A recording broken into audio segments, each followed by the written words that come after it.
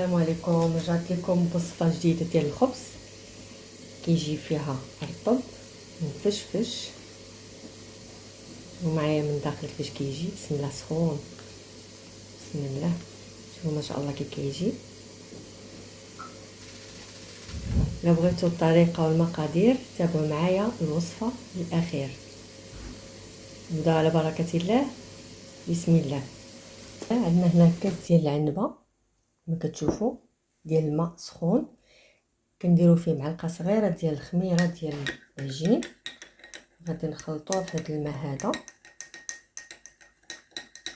وعاد غادي نخدموا بها هكا باش كيعطينا داك التفاعل والخبز كيخمر لينا دغيا، ما كياخذش لنا بزاف ديال الوقت. لا ديك الخميره اللي خلطنا مع الماء سخون، الكاس اللي دوبت فيه الخميره في الماء كندير فيه نص كاس ديال الحليب.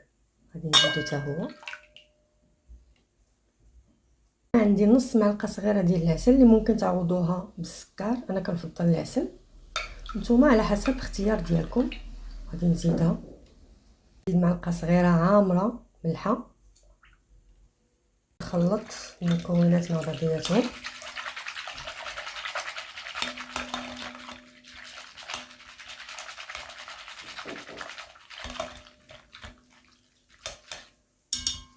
ومباشره كندوز باش نزيد طحين هنا عندي 500 غرام ديال الدقيق الابيض.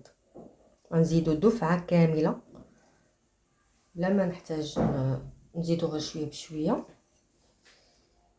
وصافي. وبيدي غادي نخلطو مع السوائل باش نتحصلوا في الاخر على واحد العجينه اللي كتكون رطبه وتقدر كاع تلصق لكم في يديكم، ما تخافوش منها، على حسب النوعيه ديال الدقيق. القوام ديال العجينه كيكون بحال هكا كما قلت لكم، العجينه كتكون خفيفه وكتلصق في اليدين. غادي نزيدو ليها بيضه هذه هي اللي غادي تجمع لينا العجين.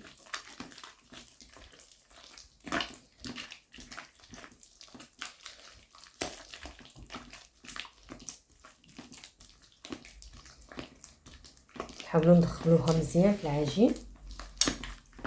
شوفوا القوام ديالو دابا كيولى بحال الشكل ديال السفنج.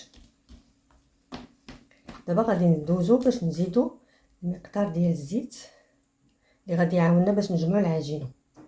نزيدو معلقه كبيره ديال الزيت، وعاود هاد الزيت هذا غنحاولوا ندخلوه في العجين. دابا غادي يسهل علينا نجمعوا العجين حيت الزيت كيعاون على الدليك. شوفوا ما شاء الله القوام ديال الخميره كيفاش كتكون. دابا هاد القوام هذا هو اللي كيعطينا داك الفقاعات اللي كيكونوا لداخل ديال الخبز، كيجينا الخبز مفشفش ورطب ما تشبعوش منه. صافي بارك عليه. دابا نبقى غير نجمع العجينه ديالي ونخليها تخمر. نزيد لها واحد رشيشه ديال الطحين باش يعاوننا نجمعوها بحال هكا. عرفتي البنات، غير تبعوا هاد الطريقه هادي عمركم ما تحيروا في الخبز، كيجي بواحد الطريقه كما شفتوا معايا في الاول ديال الفيديو غزال، والمذاق ما يتخيرش على هذوك ديال المخبزات. صافي حنا جمعناها ياك. دابا غادي نغطيها ونخليها تخمر. خمروها على قد ما قدرتوا.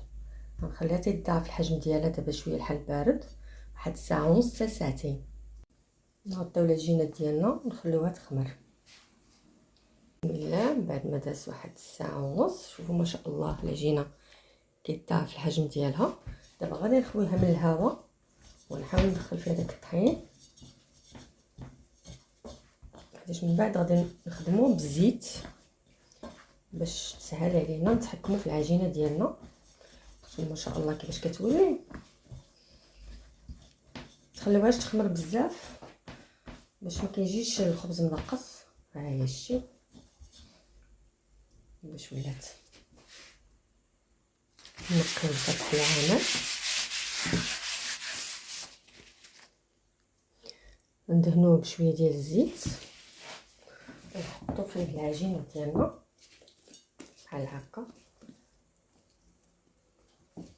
صافي بول ديالنا مبقيناش محتاجينه ياك. دابا غادي نبداو نقسمو العجينه ديالنا الكرات على حسب شحال بغيتوهم، كبار صغار. بغيتو تخدموا بالميزان غادي تعبروا 100 غرام للوحده. انا غادي ندير عيني ميزاني باش نخدم الميزان. هاد المره كنكثروا الزيت حيت كتكون كتلصق وما تخافوش منها، راه ما غاديش تندموا والله العظيم الا زعما راه واعره. انا ولات هذه هي المعتمده عندي. بنات عا كيتشهاو عليا خبز الزنقه كنصايب ليهم هاد الخبز هذا. كاين المخبزات في اوروبا وكلشي، ولكن كيبقى الخبز ديال الدار هو اللي احسن حاجه. صافي غادي نكمل بحال هكا حتى كنكمل الكرات ديالي كاملين. سلطه فرشتها بورق ديال الطبخ، تقدروا كما تقدروا تدهنوها غير بشويه ديال الزيت، ومن بعد درت فيها الخبيزات ديالي كنقرصهم بشويه ديال الزيت باش كيعاوني حتى العجينه خفيفه بزاف. وصافي كنخليوهم يخمروا واحد 20 دقيقه، عاد نكملوا لهم الطريقه ديال الطياب ديالهم وكلشي. بالنسبه للتكراس ما تكرسوهمش بزاف، حاولوا تقرصوا غير بحال الشكل ديال الهامبرغر اولا خبز ديال الكرس. غادي نعاود ليها شوفوا كيفاش كتكون شحال رطبه، كتحكموا فيها نتوما كما بغيتو. كيعجبوا الوليدات الصغار بحال هكا غير صغيورين.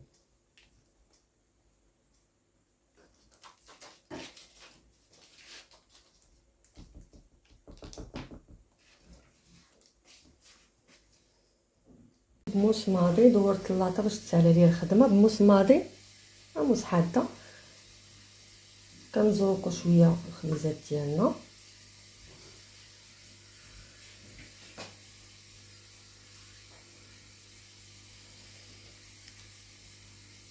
غير دخلوا الخبز في الخبز الموس في الخبز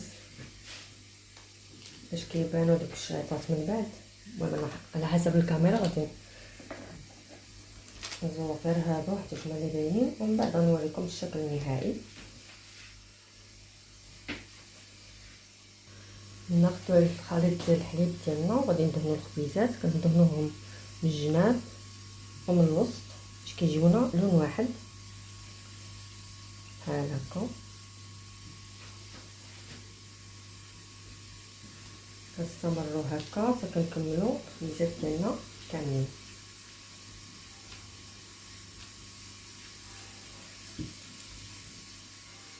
صافي ما بقى لي دابا ندخلهم الفران مسخن على حراره عاليه 220 درجه، نشعل من الفوق ومن التحت لمده 20 حتى نص ساعه على حسب كل فران. دابا هذا هو الخبز ديالنا ملي كيخرج من الفران باقي سخون. غادي نشارك معكم واحد لاستوس اللي غادي يخلي لكم ديما الخبز يجيكم مرطب. كتاخذ واحد شويه ديال الماء بحال هكا وكترشوا به، الا كان عندكم رشاشه كترشوا به الخبز اولا كدهنوه بالشيته بحال هكا. هذه هي الطريقه اللي كيعتمدوا عليها الناس ديال المخابز، الناس اللي كيخدموا هكا لي كوموند ديال الخبز. هذه كانت لقاتها لي واحد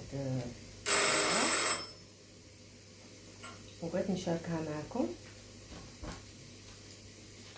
المهم كدهنوها مزيان وكديروا هاد الزلافه كديروها في الوسط بحال هكا ولا كاس ولا اللي كان، وكتجيبوا منديل تغطيو به الخبز بحال هكا، تخليوه واحد 5 ديال الدقائق وحلوا عليهم. من بعد جاوبوا عليا من بعد نورو 5 ديال الدقائق نعادوا الخبز ديالنا. شوفوا ما شاء الله كيفاش كيجي.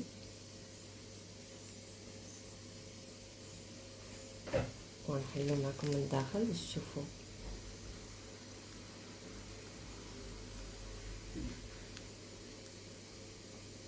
وبصحة والراحة.